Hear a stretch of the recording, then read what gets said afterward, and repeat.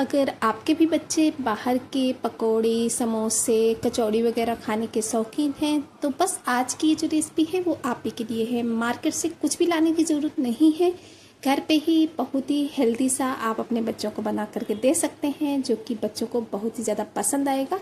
वो मार्केट की जो समोसे, कचौड़ी, पकौड़ी वगैरह होते हैं वो खाना सभी भूल जाएंगे। तो चलिए फिर बिना टाइम वेस्ट किए इसे बनाना स्टार्ट कर लेते हैं। मैजिक किचन डाइगुनी में आपका वेलकम है। तो सबसे पहले तो इस रेसिपी को बनाने के लिए हमने ये आधे कटोरी के करीब मूंग की दाल ली थी, जिसको कि 2 से 3 घंटे के लिए पानी में भिगो कर छोड़ दिया था।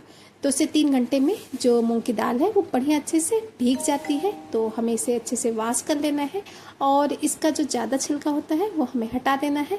और अब इसके बाद में ले लेंगे खाली मिक्सी का जार और दाल को ट्रांसफ़र कर देंगे मिक्सी के जार में। तो दाल को अगर आप एक बार में पीसे तो एक बार में पीस सकते हैं या फिर 2 बार में से पीस सकते हैं।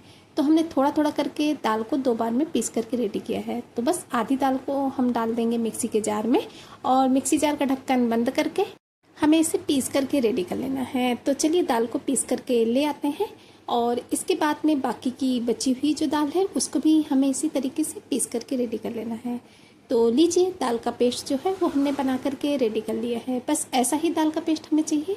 हाँ, मूंग की दाल को पीसने में पानी की बिल्कुल भी ज़रूरत नहीं होती है, क्योंकि ये बहुत ही सॉफ्ट होती है तो आसानी से पीस जाती है।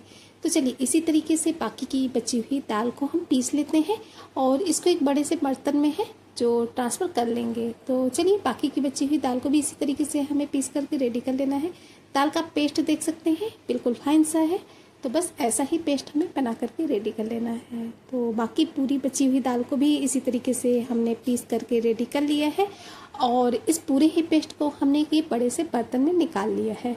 तो दाल का पेस्ट जो है वो हमारा रेडी हो चुका है। बड़े से बर्तन में निकालेंगे तो इसे मिक्स करने में आसानी रहेगी। तो बस ऐसा ही दाल का हमें पेस्ट बनाना है। चलिए अभी इस दाल के पेस्ट को हमें रख देना है साइड में और थोड़ा सा और भी जो तैयारियां हैं वो कर लेनी है। तो हमने ले लिए हैं ये 4 से 5 मीडियम साइज़ के प्याज, जिनको की छील करके हमने वॉश करके लिया है। प्याज को जो है वो छीलने के बाद में ही वॉश कर लेंगे तो सही रहता है। कट करने के बाद में प्याज को वॉश नहीं करना होता है, नहीं तो प्याज में बहुत ही ज़्यादा पानी भर जाता है। और अब इसके बाद में प्याज को हमें लंबे लंबे स्लाइस में कट करना है। प्याज को जब हम लंबे लंबे स्लाइस में कट करते हैं तो उसका जब इस रेसिपी में लुक है वो बहुत ही अच्छा आता है। आप चाहें तो छोटे छोटे पीसेस में भी कट कर सकते हैं, लेकिन लंबे लंबे स्लाइस के जो प्याज होते हैं वो इस रेसिपी में बेहतरीन लुक देते हैं, टेस्ट भी बहुत ही अच्छा आता है। तो बस प्याज जो है वो हमें लंबे लंबे स्लाइस में ही कट करके रेडी करनी है। तो चलिए जितनी भी प्याज है वो हमने 4 गांठ ली है। आप चाहें तो 5 से 6 भी ले सकते हैं, जैसा आप चाहें। हमने 4 प्याज का साबुत यूज किया है, उनको हम कट करके रेडी कर लेंगे। तो चलिए सभी प्याज को कट कर लेते हैं, इसके बाद में आपसे मिलते हैं। तो लीजिए पूरी ही प्याज को लंबे लंबे स्लाइस में हम कट करके रेडी कर लिए हैं। इस तरीके से थोड़ा सा प्याज को हम रगड़ेंगे तो इसके जो लच्छे होते हैं वो अलग अलग हो जाते हैं। तो थोड़ा सा भी रगड़ लेंगे या फिर बाद में इसे हमें थोड़ा सा लच्छों को अलग कर लेना है। तो इस तरीके से एक एक लच्छा जो है वो प्याज का अलग अलग हो जाएगा, जिससे कि इसका लुक जो है वो रेसिपी में बहुत ही अच्छा आता है। एक बार आप इस तरीके से बना करके ज़रूर देखिएगा। आपके बच्चे जो मार्केट की चीज़ें खाते हैं सभी चीज़ें खाना भूल जाएंगे। घर पे जब आप अपने बच्चों को कुछ बना करके देते हैं तो वो टेस्टी होने के साथ साथ हेल्दी भी होता है। तो इस वजह से कोशिश करें आप अपने बच्चों को घर पे ही चीज़ें बना करके दें। तो चलिए अभी प्याज भी हमारी रेडी हो चुकी है, इसको हमें रख देना है साइड में। और जो हमने दाल का पेस्ट बना करके रखा था, चलिए वो हम दाल का पेस्ट ले लेते हैं और दाल के इस पेस्ट में जो हमने प्याज को कट करके रखा है वो हमें प्याज इसमें ऐड कर देनी है। तो चलिए पूरी ही प्याज को हम दाल के इस पेस्ट में ऐड कर देते हैं। इस तरीके से जब हम ज़्यादा प्याज का यूज करते हैं तो बहुत ही अच्छा सा टेस्ट आता है। अगर हाँ आप कम प्याज खाना चाहते हैं तो कम प्याज का भी यूज कर सकते हैं, लेकिन अगर प्याज ज़्यादा डालेंगे तो टेस्ट बहुत ही बेहतरीन आता है। तो चलिए पूरी प्याज को हम इसमें ऐड कर दिए हैं और अब इसके बाद में हमने इसमें ऐड कर दिए हैं 4 से 5 हरी मिर्च। आप तीखा जिस हिसाब से खाते हैं उस हिसाब से आप इसमें तीखा डाल सकते हैं। अगर आपके घर में बच्चे हैं तीखा कम खाते हैं तो कम हरी मिर्च का भी यूज़ आप इसमें कर सकते हैं। इसके बाद में इसमें सबसे इम्पॉर्टेंट जो चीज़ है वो जाएगी हींग। हींग का जो फ्लेवर और टेस्ट है वो बहुत ही अच्छा आता है और हींग जो होती है वो डाइजेशन के लिए भी बहुत ही अच्छी होती है। तो बस हींग हमने ऐड कर दी है। हींग डालने के बाद में इसमें ऐड करेंगे ये 1/4 चम्मच के करीब कच्चा जीरा, बहुत ही अच्छे से टेस्ट देता है। चाहे तो आप भुने हुए जीरे का पाउडर भी डाल सकते हैं। इसके बाद में टेस्ट के अकॉर्डिंग नमक डालेंगे, तो नमक आप अपने टेस्ट के अकॉर्डिंग डालिएगा बैलेंस करते हुए, क्योंकि कोई नमक कम खाता है, किसी के यहाँ नमक ज़्यादा खाया जाता है, तो उस हिसाब से आप बैलेंस करते हुए नमक डालें। आधा चम्मच डाल दिए हैं धनिया पाउडर और 1 चम्मच हमने ले लिया है ये सब्जी मसाला। इसकी जगह पे आप चाहें तो गरम मसाला डाल सकते हैं या फिर आप इन दोनों ही चीज़ों को स्किप भी कर सकते हैं। और 1/4 चम्मच के करीब लाल मिर्च पाउडर भी ऐड कर दिए हैं। अगर आपके घर में लाल मिर्च नहीं खाया जाता है तो आप इसके बिना भी बना सकते हैं, सिर्फ हरी मिर्च का यूज करके। लास्ट में इसमें जाएगा काफ़ी सारा हरा धनिया पत्ती, जिससे कि रेसिपी का लुक भी बहुत ही अच्छा आता है और इससे जो रेसिपी बनेगी उसका टेस्ट भी बहुत ही अच्छा आएगा। तो बस धनिया पत्ती और ये जितने भी मसाले हैं वो हमने डाल दिए हैं। अब इन्हें हमें एक बार अच्छे से मिक्स कर लेना है। तो आप चाहें तो चम्मच से भी मिला सकते हैं, लेकिन अगर हम हाथों से इन्हें मिक्स करेंगे तो जितने भी मसाले प्याज वगैरह हैं वो दाल के पेस्ट में अच्छे से मिक्स हो जाएंगी। हाथों से जब हम कोई चीज़ मिक्स करते हैं तो वो इक्वल पूरी उसमें अच्छे से मिक्स हो जाती है। तो बस इसी तरीके से हमें इसे अच्छे से मिला लेना है। 1 से 2 मिनट ही मिलाएंगे तो सभी चीज़ें आपस में मिल जाती हैं। ज़्यादा टाइम बिल्कुल भी नहीं लगता है इन सभी चीज़ों को मिलाने में। और देख भी सकते होंगे कि बस 1 से 1.5 मिनट ही हुए हैं इन सभी चीज़ों को मिक्स करते हुए, और जो हमारी मसाले वगैरह प्याज वगैरह है वो हमारे दाल के पेस्ट में अच्छे से मिक्स हो चुके हैं। और हाँ, अगर आप चाहें तो इसमें बारीक कटा हुआ पालक भी ऐड कर सकते हैं, या फिर मेथी आप डालना चाहते हैं हरी मेथी तो उसका भी यूज आप इसमें कर सकते हैं। वैसे अगर आपके पास कुछ भी नहीं है तब भी आप सिंपल तरीके से भी इसे बना सकते हैं। ये रेसिपी जो है वो बनाने में सिंपल है लेकिन टेस्ट बहुत ही अच्छा आता है। कभी कभी कुछ हम अलग खाना चाहते हैं लेकिन ज़्यादा मेहनत भी नहीं करना चाहते हैं, उस टाइम पे आप मूंग दाल की इस रेसिपी को ट्राई कर सकते हैं। तो लीजिए, जितने भी मसाले वगैरह हैं सभी को हमने दाल के पेस्ट में बढ़िया से मिला लिया है। ये जो हमारा मिक्स है वो रेडी हो चुका है रेसिपी बनाने के लिए। तो बस अब हमें कुछ भी नहीं करना है। अब हमें क्या करना है, इसको थोड़ा सा रख देना है साइड में, और इस नाश्ते के साथ खाने के लिए एक हम टेस्टी सी चटनी बनाकर रेडी करेंगे। तो चलिए अभी इस मिक्स को थोड़ा सा साइड में रख देते हैं और एक चटनी बना लेते हैं। तो चटनी बनाने के लिए एक खाली मिक्सी के जार में हमने ऐड कर दिए हैं ये 1 मीडियम साइज़ का रफली चॉप किया हुआ टमाटर, 4 हरी मिर्च हमने डाली हैं, 5 से 6 लहसुन की कलियां डाल लिए हैं। अगर आप लहसुन नहीं खाते हैं तो बिना लहसुन के भी इसे बना सकते हैं। थोड़ा सा इसमें जाएगा कच्चा जीरा, बहुत ही अच्छे से टेस्ट देता है, तो थोड़ा सा ज़रूर डालें। और इन सभी चीज़ों को डालने के बाद में अब हम इसमें ऐड करेंगे नमक। तो 1/4 चम्मच हमने इसमें काला नमक डाल दिया है और 1/4 चम्मच ही डाल देंगे इसमें हम सादा नमक। इन सभी चीज़ों को डालने के बाद में अब हम इसमें ऐड करेंगे हरा धनिया पत्ती। तो धनिया पत्ती जो हमें लेना है वो डंठल सहित डालेंगे। डंठल का जो टेस्ट होता है वो भी चटनी में बहुत ही अच्छा आता है। तो बस चलिए, थोड़ा सा जितना भी आपके पास है उतना हम हरा धनिया इसमें ऐड कर देंगे। और इसके बाद में इस चटनी में खट्टापन लाने के लिए हमने ये आधा नींबू लिया है और आधे नींबू का जूस हमें इसमें डाल देना है। नींबू की जगह आप चाहे तो इसमें दही भी डाल सकते हैं, उससे भी खट्टापन बहुत ही अच्छा आता है।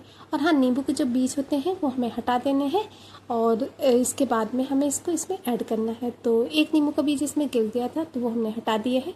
और बस अब इसके बाद में मिक्सी जार का ढक्कन बंद करके हमें चटनी को पीस करके रेडी कर लेना है। तो चलिए मिक्सी जार का ढक्कन बंद कर देते हैं और चटनी को पीस करके ले आते हैं। इस तरीके से जब हम चटनी बनाते हैं तो जो हमारी चटनी है वो बहुत ही जल्दी से बन जाती है। सिर्फ 2 मिनट में ये जो चटनी है वो हमारी बनकर रेडी हो जाएगी, लेकिन बहुत ही टेस्टी लगती है। इस रेसिपी के साथ इस चटनी का जो टेस्ट होता है वो बहुत ही अच्छा आता है। तो लीजिए, चटनी को हमने पीस करके रेडी कर लिया है। अभी हम इस चटनी को निकाल लेंगे एक कटोरी में। और हाँ फ्रेंड्स, आप इस चटनी को किसी भी रेसिपी के साथ एंजॉय कर सकते हैं, पूरी के साथ, पराठों के साथ, या फिर रोटी के साथ ही खाइए। आप रोटी के साथ भी ये जो चटनी है बहुत ही टेस्टी लगती है।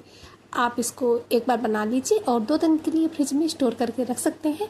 लंच के साथ में भी बहुत ही अच्छी लगेगी। तो चलिए, चटनी रेडी हो चुकी है, इसको रख देंगे साइड में और चलते हैं गैस की तरफ।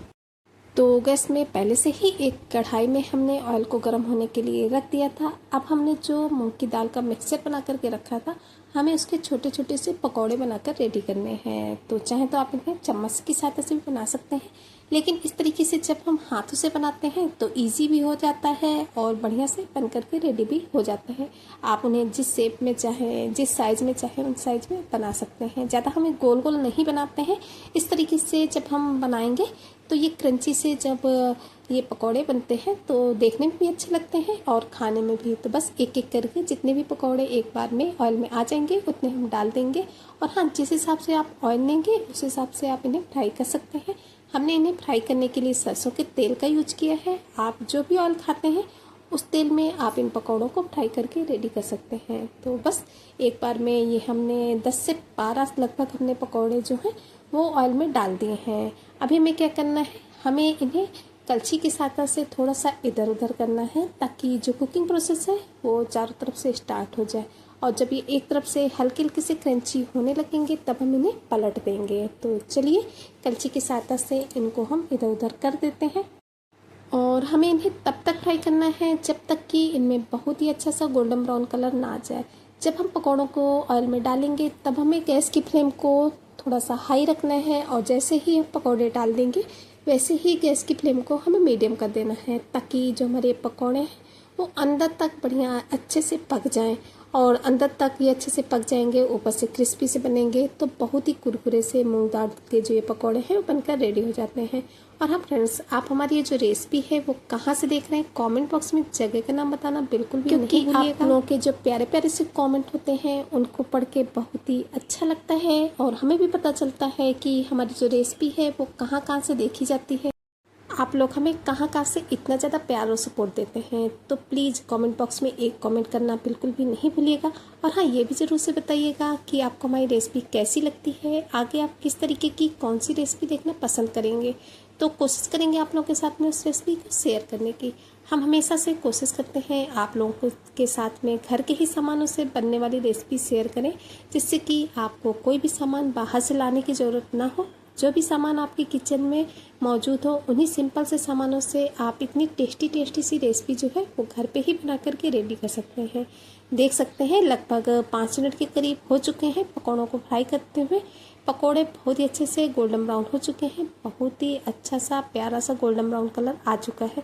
तो बस इतना ही गोल्डन ब्राउन कलर आने तक हमें इन्हें फ्राई करना है। और हाँ, अगर आप ज़्यादा इनको क्रिस्पी खाना पसंद करते हैं, ज़्यादा कुरकुरे, तो आप इन्हें आधा मिनट तक और भी फ्राई कर सकते हैं। लेकिन किसी किसी को थोड़ा सा कुरकुरे ज़्यादा मंगोड़े पसंद होते हैं और किसी किसी को इस तरीके से। तो बस हमें क्या करना है, इनको निकाल लेना है एक प्लेट में। आप चाहें तो इनको थोड़ी देर और फ्राई कर सकते हैं, जैसा कि पहले भी हमने आपसे बताया। और इनको एक प्लेट में निकाल लेने के बाद में बाकी के जो बचे हुए हैं सभी बैच के, उनको भी इसी तरीके से हमको फ्राई करके रेडी कर लेना है। तो चलिए बाकी के मंगोड़ों को भी इसी तरीके से फ्राई कर लेते हैं। तो सेकंड बैच का भी आपको हम फ्राई करके दिखाते हैं। तो चलिए सेम उसी प्रोसेस से सेकंड बैच के भी जो हमें पकौड़े हैं उनको फ्राई करके रेडी कर लेना है। अगर आप एक एक स्टेप को फॉलो करेंगे, अगर आप बिगनर हैं तब भी आप इस रेसिपी को बहुत ही आसानी से बना सकते हैं।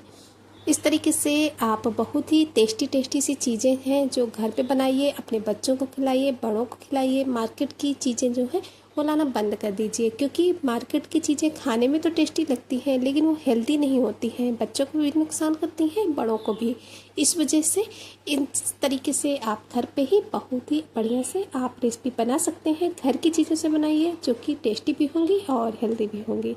तो चलिए सेम उसी प्रोसेस से हमें दूसरे बैच के भी पकौड़े जो हैं फ्राई करके रेडी कर लेने हैं।